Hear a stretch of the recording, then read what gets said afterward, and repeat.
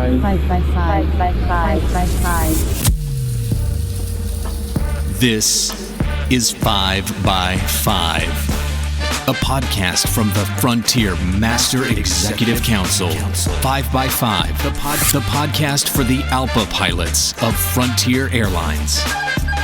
We hear you loud and clear. Welcome back, everybody, to another episode of 5 by 5. I'm your host, Jason DeVerney, and today we're sitting down with Jeff Larson, the Strategic Planning and Strike Preparedness Committee Chair, which you may know as SPSC. And additionally, on the line with us today is Chelsea Kennedy, who is the Chair of Communications. So, Jeff, to start things off, can you introduce yourself? Let us know what strategic planning and strike preparedness is, and your background at the airline and your experience leading up to you taking this role. Thanks, Jason. I've been at Frontier for 20 years as of last month. I've been involved with ALPA for about the last 6 years, 7 maybe. Started off with Pro Standards just before we transitioned into ALPA. Did that for a couple of years, and then went in as an interim Secretary Treasurer for LEC 167, and then got voted into Captain Rep for 167. I served my term out there and then got asked to be the chairman for the SPSC committee. I've been in that position for about 18 months. Chelsea, you have decided to join us today, so thanks for coming on to 5 by 5. Can you kind of run through the same thing, your background at the airline, and when you took over as communications chair and how that works with the SPSC committee? Absolutely. Thank you, Jason. I'm a first officer in Denver. I'm coming up on 6 years. Prior to that, I was a flight attendant for Frontier, originally hired in 2011. So I have been around the airline for quite a while, and it's always been the shoe that's fit me. And since I have hopefully a long career ahead of me, I've decided to help wherever I can. I work a little bit with the mentor team, and now I have the honor of stepping in and working with you, Jason, and the rest of the communications committee to see how we can work with the SPSC and get a good push going through the rest of negotiations. Excellent. It's great having both of you on the show. Let's get into SPSC. Ultimately, my understanding of SPSC is long-term planning, preparing the pilot group, preparing the MEC, the LEC members, everybody for the round of negotiations in assistance to the negotiating team. Can you, Jeff, highlight how that all works together, how SPSC came in with ALPA, and how it leads to a more organized and structured and aware negotiations process? Certainly. So basically what we do is in the beginning of the bargaining process, so about 18 to 24 months ago, we sit down with the MEC and we just start working through how the process is going to play out. They're coming up with the bargaining side of it, and then I'm just trying to work to get that information out there. We've done that via airport sits. As time moves on, we'll do some more family awareness events. So we're just trying to, in the beginning, build the unity phase of it so that we can get our pilot group to understanding the process with Section 6, as well as behind the scenes, we're working with the MEC to come up with basically the strategic plan, which sounds kind of redundant, but how are we going to present this to the pilot group? And we do that via social media. We've got the RV, emails. We'll do some advertising and just get everybody on board so that when we go into the bargaining process, everybody knows what to be expecting as the process moves along. Along with that, Jeff, what I've really enjoyed watching you do behind the scenes is set up this game of chess that as things progress, you've thought 7 moves ahead. So this is what we're doing right now. But then the plan that you've come up with for the next year, 2 years, 1 month, 6, all of these different timeline intervals and the different ways that it can go. It's impressive the amount of planning that goes into if this happens, then this happens. So that way we can be able to respond to whatever events are coming at the time. Oh, exactly. And please don't use the singular with that. I've got a lot of help, including you, my committee members, input from the negotiating committee, from the MEC. This is a team project. It takes a lot of resources, a lot of volunteers to put together this plan and try to keep ahead of what's going on and try to make those strategic moves, be 7 steps ahead of the um, plan going forward. Jeff, you bring up a great point, and Chelsea, thanks for leading us in that direction. But how is this process going to work, and what sort of training did you receive from Alpa National? Alpa National has been phenomenal. They got the first round spooled up as we were transitioning from our former FAPA into ALPA. We did that kind of all at once. We were literally within less than 6 months, we went from FAPA to ALPA and into Section 6 negotiations. So they have provided a tremendous amount of resources in the beginning. And then since I've come on, they had a workshop. They brought 2 members out to Denver and sat down with us for a couple days. And with that being said, they're always there for us. I can pick up the phone, shoot a text, email any given minute, and I've got somebody that's going to answer questions for me and have resources to help us out here at Frontier. Last month, we had a strategic planning and strike committee workshop out in Vallow at National. And we have a lot of good information. I likened it to a Lego set. You get a Lego set and have to put it together, and it takes a lot of time. Well, National already has your Porsche put together, and all you have to do is change up the tail, wheels, color, whatever you'd like from that standpoint. So it makes it a lot easier for somebody that's, as myself, I'm a line pilot, but I can just jump in and I can call United, and they will go, here's what we did 4 months ago, 8 months ago. Take this and mold it to however you need it. Yeah, so you're getting a lot of feedback, obviously, from National, right? We look at National as leadership, and then we have pilot volunteers, we have staff that works up there. But you're able to tap into other MECs, other SPSC committees, and learn from them, and hopefully improve on or put into work the processes that they've developed to benefit our pilot group. Exactly. And one of the best examples of that I found very inspiring was when United spoke about their process that they've just went through the last 12 months. It was pretty amazing. We all know that they shot down their first TA. That usually turns into anywhere from 12 to 24 months before you can spool up again, get new committee members in, and come up with a new plan. And United pulled it off in about 8 months. And they did that because they were actually able to go to Delta and say, how did you guys get through your process? And Delta said, here's our plan. Come down, we'll sit down with you and we'll walk you through what we did.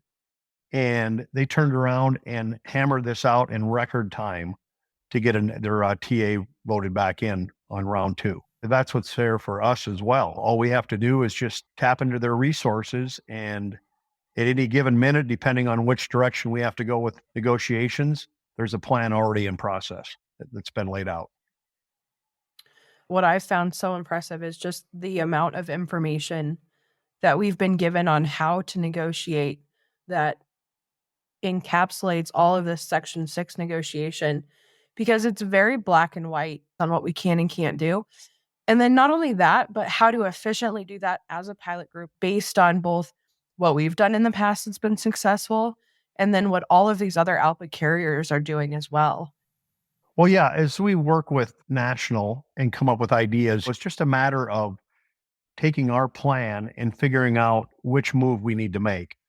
The strategic plan is a very moldable outline, so we can't really pin it down, because any given time with the company, depending on how they're acting, is how we're going to have to change up this plan. We'll have, like Chelsea said, maybe seven or eight different plans that we can just pick from depending on which direction the company sends us. Yeah, it's incredibly important. And earlier this year, we had that episode that we shared from Delta with Marcus Migliori talking about legal action that's been taken against carriers. And I highly recommend that if you haven't listened to that episode of 5 by 5, go back and listen to that episode. Know what you're allowed to do, know what you're not allowed to do, and behave in the way that leads to fruitful negotiations. Jeff, can you highlight the importance of these face-to-face meetings, these SPSC events? I'm sure a lot of pilots have been to them. They're a lot of fun. Yes, the family awareness events have been phenomenal. We do it a couple different ways. We have our family awareness events. The last big one we had was at Casa Bonita in Denver. We had over 200 people show up, and it's great because families are there. You have negotiating committee members and the LEC reps, and that's who the pilots want to hear from. I kind of look at it as the SPSC, we do the organization, get the events put together. But at the end of the day, pilots love face to face with their representatives and the negotiating committee.